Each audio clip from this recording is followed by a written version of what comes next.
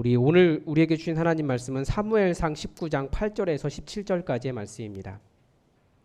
사무엘상 19장 8절에서 17절까지의 말씀입니다.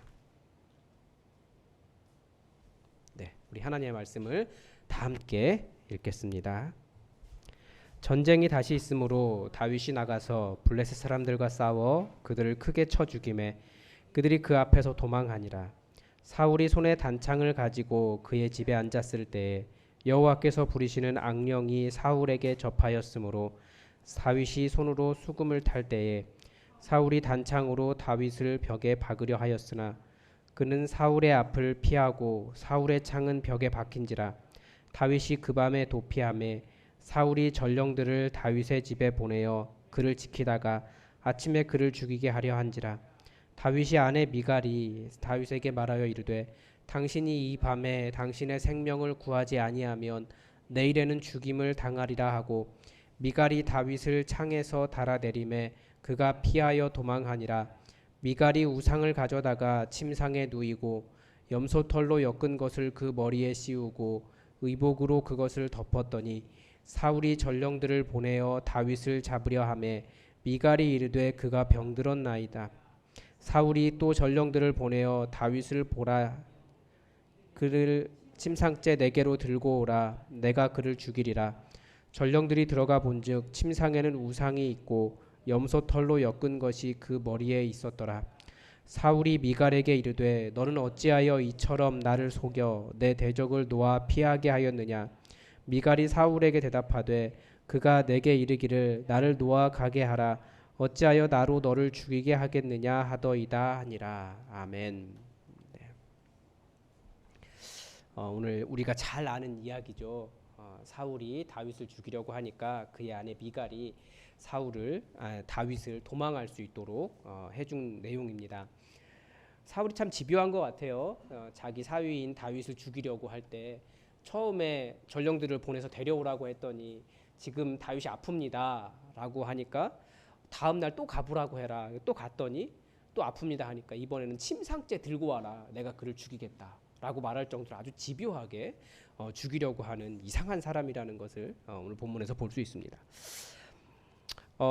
우리가 예수님을 다시 한번 이 사무엘서의 개관, 성경의 개관을 조금 말씀드리면 우리 모두는 다 왕같은 제사장으로 부름을 받았어요.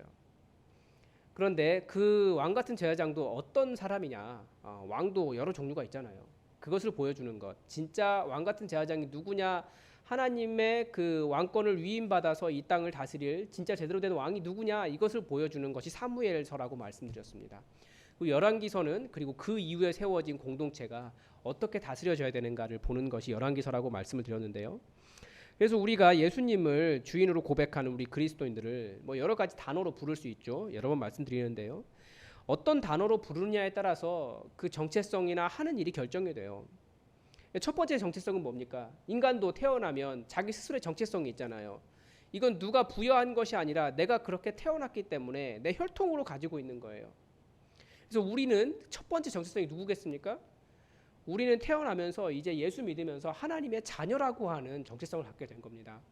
그래서 첫 번째 정체성은 우리 하나님의 자녀다. 성경에서 성도도 이야기하고 그리스도인도 이야기하고 여러 가지를 이야기하지만 우리는 영적인 혈통으로 하나님의 자녀가 되었다라고 하는 첫 번째 정체성을 우리가 명확하게 붙잡고 있어야 됩니다. 우리는 하나님의 자녀입니다. 우리가 이렇게 해야 하나님의 자녀다? 아니면 이것이 항상 부족하기 때문에 우리는 항상 부족하다 이렇게 생각하는데 부족해도 하나님의 자녀예요. 자녀들 중에 물론 다 잘하는 사람만 있는 자녀도 아니잖아요. 부족해도 하나님의 자녀예요. 예수 믿으면 하나님의 자녀가 된 거지. 저는 항상 부족하고요. 이래서 못하고요. 이것도 좀 잘못됐고요. 그렇게 말하는 게 아니에요. 하나님 입장에서는 그저 무조건 사랑스러운 자녀들이에요. 저도 오늘 저희 아이들이 안 나왔지만 그래서 드리는 말씀이지만 둘 중에 다 성격이 틀려요. 그런데 이걸 잘하는 애가 있고 이걸 못하는 애가 있고 아무튼 그래요. 그렇지만 둘 다 제 자녀로서 너무나 저는 이쁘거든요. 마찬가지예요. 우리 하나님도 우리 첫 번째 정체성, 하나님의 자녀로서 우리를 너무나 예뻐하신다라고 하는 것을, 사랑하신다라고 하는 것을 우리가 기억할 필요가 있습니다. 그리고 두 번째 정체성은 뭡니까? 저는 아마 저를 가장 사로잡고 있는 저의 정체성은 하는 일로 저의 정체성을 삼는 겁니다. 그게 뭐냐면 저는 목사예요. 항상 어딜 가든지 나는 목사다. 이 생각이 항상 저를 지배하고 있습니다. 주차할 때도, 밤에 옷 그냥 막 입고 걸어 다닐 때도, 뭐 말 한마디 할 때도, 가게 갈 때도, 모든 사람 만날 때도 머릿속에 목사라고 하는 정체성이 사라지질 않아요. 그런데 그것처럼 하나님께서 우리에게 주신 또 다른 정체성이 무엇입니까? 왕 같은 제사장이에요. 그러니까 왕도 여러 가지라는 것을 보여주는 것이 사무엘서죠. 그러니까 우리가 왕 같은 제사장을 이야기할 때 나의 자존감을 높여주기 위해 사용하고 있는데 그건 굉장히 잘못 사용하고 있는 거예요. 그건 우리 보고 사울처럼 되라고 말하는 겁니다. 나의 자존감을 세워주기 위해서 한 것이 아니라 왕 같은 제사장은 우리의 일, 우리의 사명입니다. 즉 나는 왕이다, 내가 왕이다 라고 말하는 것이 아니라 하나님께서 나를 왕으로 세워주셨기 때문에 왕처럼 하나님의 왕권을 가지고 이 세상을 다스려야 된다라고 하는 위임받은 왕권이라고 하는 인식인 거죠. 그러니까 사명으로서의 왕권이지 내 자존심, 나를 높여주기 위해서 나의 자존감을 위해 사용하는 단어가 아니라는 거예요. 그래서 어떤 왕이 되어야 됩니까? 세상을 하나님 나라, 하나님의 방식으로 다스려야 하고 세상을 하나님 나라로 회복시켜야 되고 세상에 하나님을 드러내야 되는 것이고 하나님을 인정하지 않는 이 세상에 여호와를 하나님으로 또 그들이 따라야 할 분으로 깨닫게 하는 일이 왕 같은 제사장이 할 일입니다. 사울이 하나님을 드러내지 않으니까 하나님께서 그 사람을 더 이상 이스라엘의 왕이 되지 못하게 하시잖아요. 다시 한번 우리가 계속해서 본문을 통해서 이런 왕 되면 안 되는구나, 이런 왕 되면 안 되는구나 이걸 깨달아야 되고요. 또 다윗을 통해서는 이런 왕이 되어야 되는구나, 이런 왕이 되어야 되는구나를 깨달아야 됩니다. 오늘 본문에서도 역시 그 사명을 망각한 사울 왕이 나옵니다. 그래서 우리가 이 사울에게 무엇이 잘못되었는지 한번 생각해 볼 필요가 있습니다. 첫 번째는 뭐냐면 이 사울이 가장 크게 못한 게 뭐냐면 사역을 위임하지 못한 겁니다. 왜 위임하지 못했습니까? 주변 사람들에 대한 신뢰가 없는 거예요. 특히 다윗에 대한 신뢰가 없는 거죠. 잘하니까. 19장 1절에서 사울이 그의 아들 요나단과 그의 모든 신하에게 다윗을 죽이라고 말하더니 가장 충실한 신하였던, 가장 유능한 신하였던 다윗을 죽이라고 말한 거예요. 왜 죽이라고 했습니까? 질투 때문이죠. 골리앗을 죽이고 나라를 위기에서 구한 것을 두고 사람들이 자신보다 다윗을 더 칭찬하니까 질투가 난 거예요. 그리고 그렇게 왜 그게 질투가 나겠습니까? 이게 그 사람이 잘한 일이다라고 해서 이렇게 위임하지 못한 거예요. 저는 이것을 많이 봤어요. 어디서 많이 봤냐면 제가 속한 세계는 목회자들 세계이기 때문에 담임 목사와 부목사의 관계 속에서 많이 보았습니다. 아마 직장 생활하시는 분들도 굉장히 많이 볼 거예요. 한번 이건 지도자들이 많이 겪는 문제죠. 그래서 우리가 다들 교회 지도자들인데 한번 생각해 봐야 돼요. 누군가가 그 위임된 사역을 잘할 때 질투하지 않고 정말 잘한다라고 말할 수 있겠는가? 담임 목사의 입장에서는 항상 그게 걱정이잖아요. 설교 잘하는 부목사, 자기보다 설교 잘하는 부목사. 그런 부목사는 담임 목사의 손에서 살아날 수가 없습니다. 뭐 그런 비극적인 일이 많죠. 최근에 어떤 교회가 좋은 교회라고 소개가 됐어요.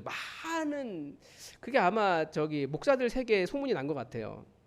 재미있는 내용이 많이 있었는데 좋은 교회라고 소개된 이유 중에 저는 많이 동의하지 못했습니다. 왜냐하면 우리 교회가 훨씬 더 좋았기 때문에. 근데 거기서 계속 이야기한 건 뭐냐면 부목사를 담임 목사의 부속물로 보는 것이 아니라 인격적으로 목사 대우를 해주는 거예요. 그래서 교회에 담임 목사, 부목사라는 호칭이 없고 모두가 다 그냥 목사예요. 최철규 목사, 무슨 목사. 예배 인도 때도 그렇고 다 그냥 똑같이 하더라고요.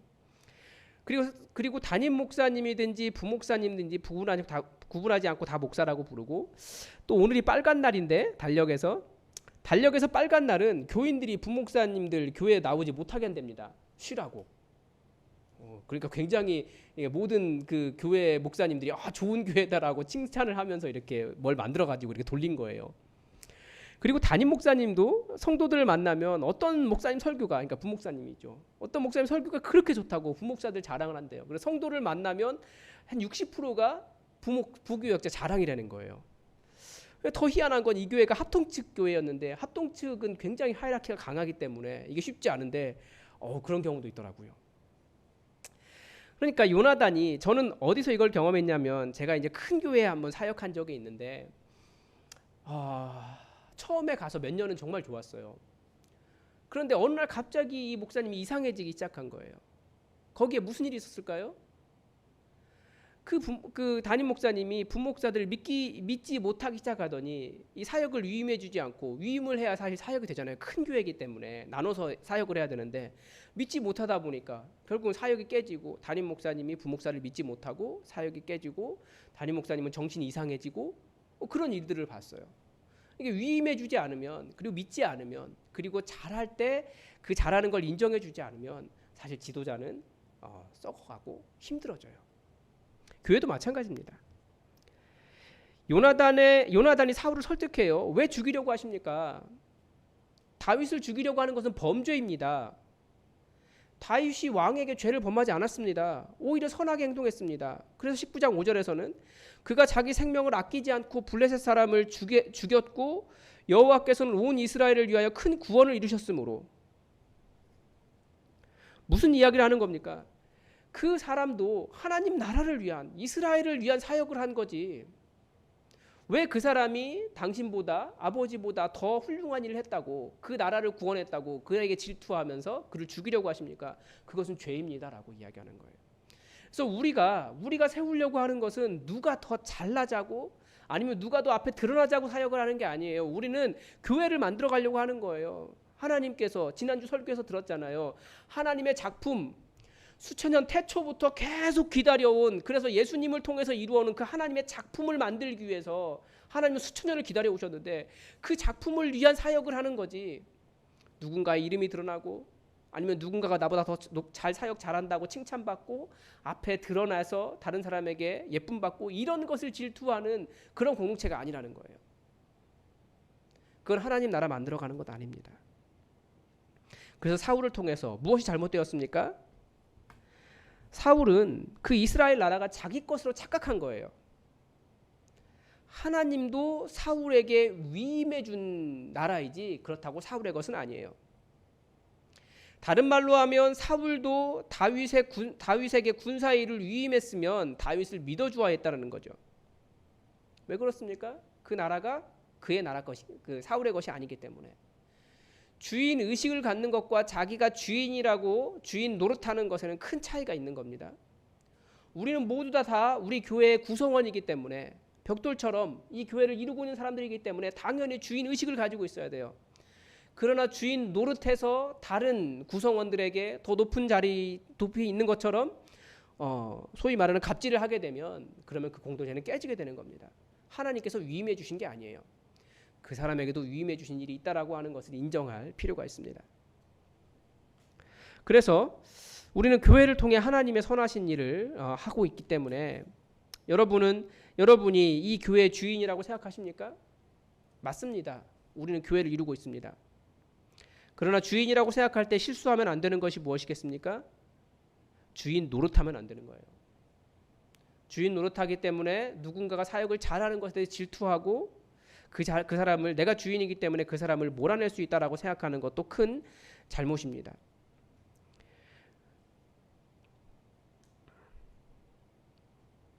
목사도 마찬가지입니다. 목사도 이 교회는 저에게 하나님께서 맡겨주신 것은 맞아요. 그러나 제 것은 아니에요.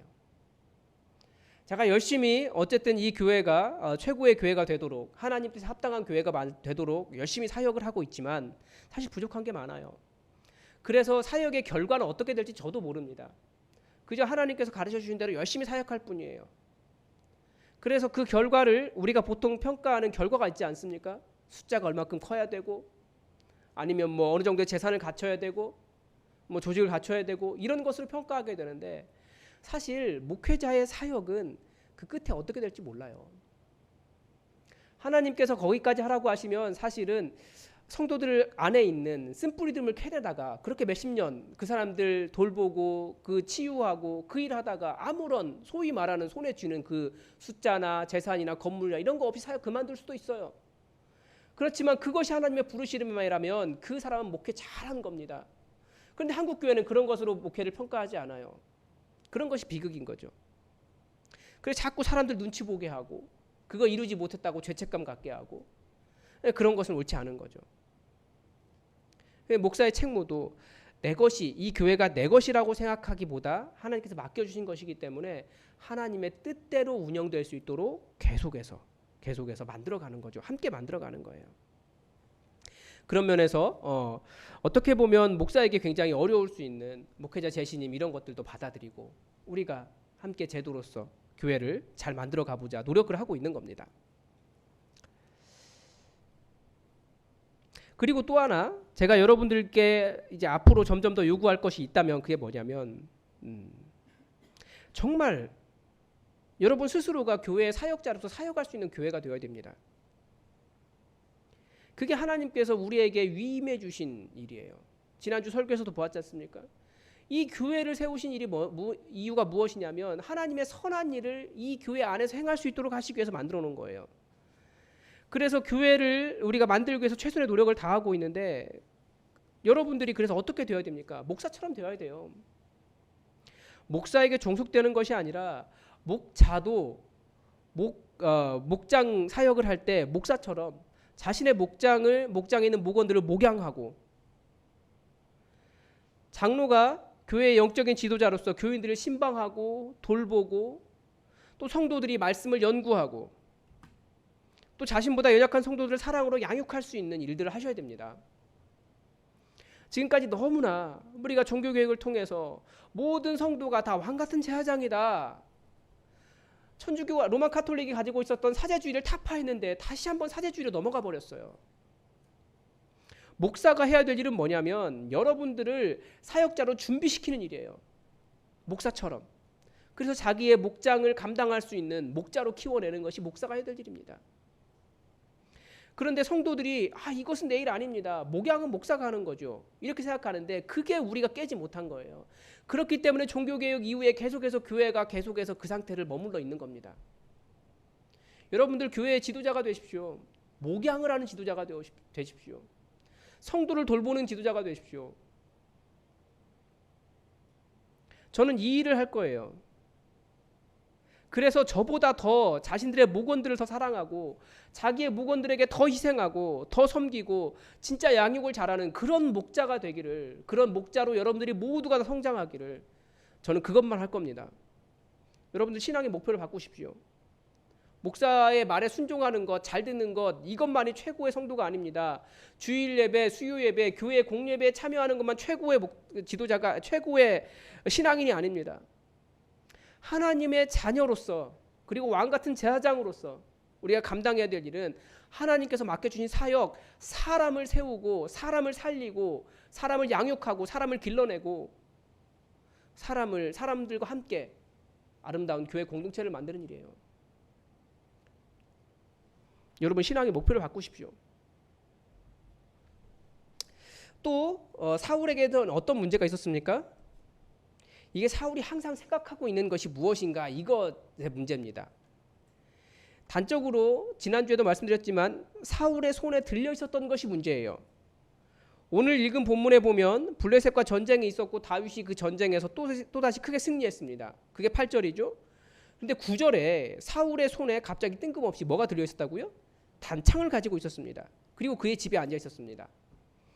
사울의 손에 집에 앉아 있을 때조차도 사울은 손에서 단창을 놓지 않았어요. 지난주에는 창을 들고 있었죠. 단창, 짧은 창을 가지고 있었습니다. 사울은 창이든 단창이든 항상 무기를 들고 있었어요. 그러니까 사울이 평소에 무엇을 했고 또 어떤 일에 집중되어 있는 사람인지를 우리가 알 수 있습니다. 그는 사람을 죽이는 일에 집중된 사람이었습니다. 그러니까 악령이 사로잡을 때 그는 또다시 충성된 신하이며 사위인 다윗을 죽이려고 했습니다. 평소에 좋을 때는 우리가 아무 문제 없어요. 그런데 언제 우리가 평소에 가지고 있었던 것이 드러납니까? 잘못된 습관이, 나쁜 습관이? 악령에 사로잡힐 때. 사실 성경은 악령에 사로잡힐 때보다 하나님과의 관계가 멀어졌을 때, 하나님의 영이 떠나갔을 때라고 가르쳐줘요. 그럴 때 우리가 통제력을 잃으면 자신이 하고 있었던 나쁜 습관이 드러나게 되어 있습니다. 그래서 평소에 우리는 우리 삶의 습관을 제대로 잡고 있어야 돼요. 그 사람의 습관을 보여주는 가장 첫 번째가 뭡니까? 언어예요, 언어. 어떤 말투. 가끔씩은 내가 언어를 결정하는 것이 아니라 언어가 나를 주장한다라고 하는 것을 느끼기도 합니다. 그게 언어의 힘이죠. 그러니까 내가 선택해서 사용한 단어인데 결국은 언젠가는 그 단어가 계속 사용하다 보면 그게 나를 지배해요. 예를 들면 뭐 진심이 아니어도 계속 그 언어 사용하면 결국 그게 내가 돼버립니다. 이게 언어의 힘이에요. 뭐 예를 들면 나는 못생겼어. 그래 사람들이 나를 용납하지 않을 거야. 아니면 나는 이것이 부족해. 그래 내가 앞에 설 수 없어.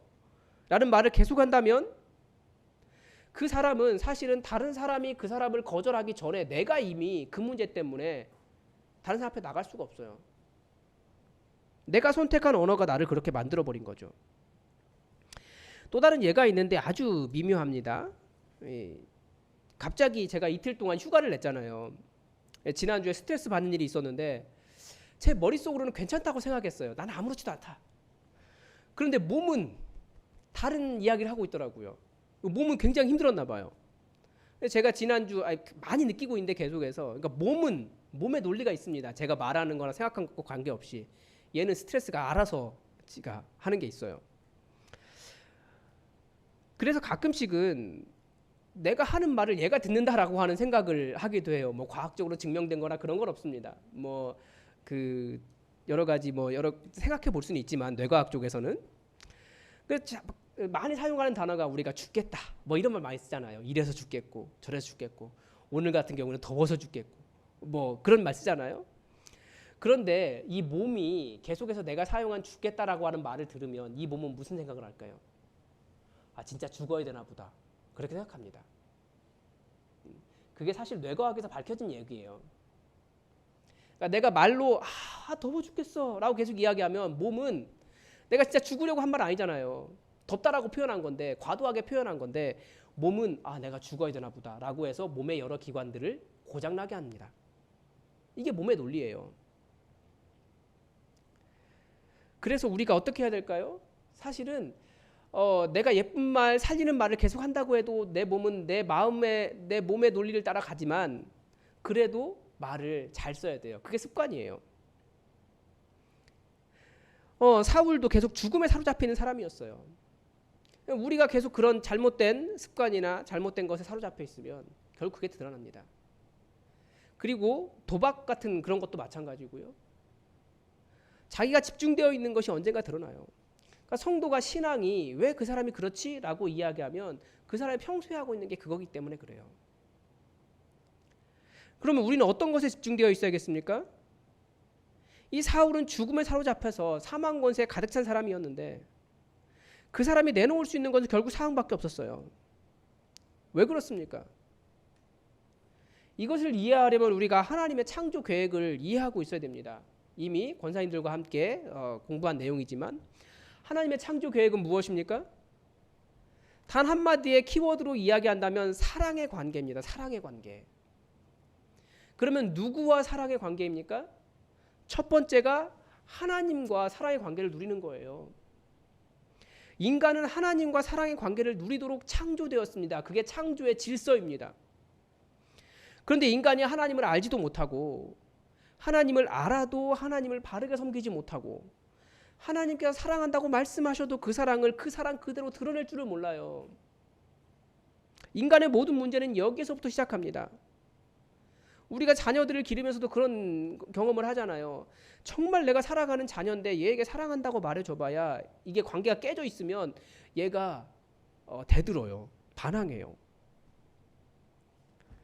우리가 세상에 대해서 아무리 이런저런 대안을 제시해도 이 하나님과의 사랑의 관계가 깨어진 상태에서는 바르게 세워져 있지 않은 상태에서는 하나님을 사랑하고 그게 되지 않으면 아무것도 해결이 되지 않아요. 하나님을 사랑하고 하나님께서 사랑하신다는 그 사랑을 받아들여서 누릴 줄 알고 그 사랑으로 나를 채우지 않으면 문제는 해결되지 않습니다. 사울의 첫 번째 문제는 이것이었어요. 하나님과의 사랑의 관계가 깨어져 버린 거예요. 그래서 사무엘서에서는 그것을 하나님의 영이 떠나갔다라고 표현하고 있죠. 하나님과의 관계가 깨어져 버린 거예요. 이 하나님과의 사랑의 관계가 깨어진 사람들의 특징이 무엇입니까? 하나님이라고 하는 그 사랑에 만족되어야 채워져야 살아가는 것이 인간인데 하나님이라고 하는 절대 기준이 없어져 버렸기 때문에 자기를 사랑할 힘이 없어요. 그러니까 항상 좋은 것, 사랑의 기준은 어디 있다고요? 밖에 있어요. 계속 비교하는 거예요. 그리고 그 비교가 어떻습니까? 우리는 거울을 보는데요. 보통 거울은 나를 비추잖아요. 근데 내가 보는 거울은 항상 어디 있습니까? 우리가 보는 그 유리 뒤에 은박한 그 거울이 아니고 우리는 다른 사람을 통해서 거울을 봐요. 나를 봐요. 근데 그 거울이 항상 나를 비교하면서 자꾸 나를 못하게, 나는 뭔가가 부족한 사람처럼 보이는 거죠. 비교니까. 저 사람의 외모와 저 사람의 젊음과 저 사람의 집안 배경과 저 사람이 가지고 있는 것과 저 사람이 입은 옷과 저 사람의 몸매와 뭐 그런 것들 있잖아요. 명품이냐, 뭐 어떤 차를 타고 다니는 거냐. 계속 그 거울을 통해서 나를 낮게 본다라는 거예요. 자기를 사랑하지 못하는 사람이 계속 그렇게 합니다. 항상 좋은 것, 사랑의 대상이 밖에 있죠. 그래서 어떤 사람들은 왜 자기 자신을 사랑하지 못하냐라고 말하지만 하나님의 그 사랑으로 내가 충분히 젖어들지 않으면 사실은 자기를 사랑할 힘이 없어요. 사울의 두 번째 문제가 바로 여기 있습니다. 사울은 자신을 사랑할 힘이 하나도 없었습니다. 다른 사람이 자기를 볼 때 어떻게 볼까 여기에 너무나 흔들렸어요.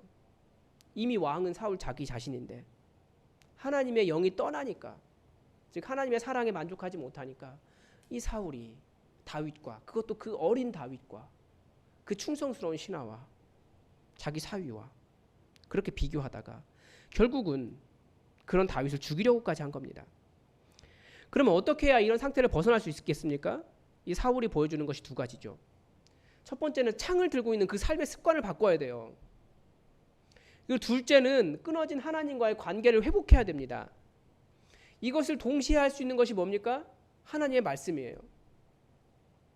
지난주에도 제가 설교를 통해서 말씀드렸습니다. 성경을 읽으시라고요.